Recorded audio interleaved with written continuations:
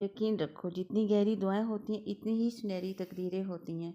अपने आप को अच्छा समझना ऐबदार होने की दलील है और कम अकली की दलील है। सबसे पहले इबादत ये है कि इंसान मुसीबत में सब्र करके अल्लाह ताला की तरफ से मदद का मुंतज़िर रहे। तन्हाई में गुनाह से बचो क्योंकि इसका गवाह खुद अल्लाह ताला है। इंसान की इंसानियत उस वक्त ख़त्म होती है जब वो दूसरों के गमों का मजाक उड़ाना शुरू कर देता है। कितनी बुरी बात है कि तुम किसी और की तरह बनना चाहते हो। क्या तुम अपना चेहरा नहीं देखते? क्या तुम्हें अपनी खूबसूरती नज़र नहीं आती? 3 लोग अल्लाह ताला के बहुत नज़दीक होते हैं।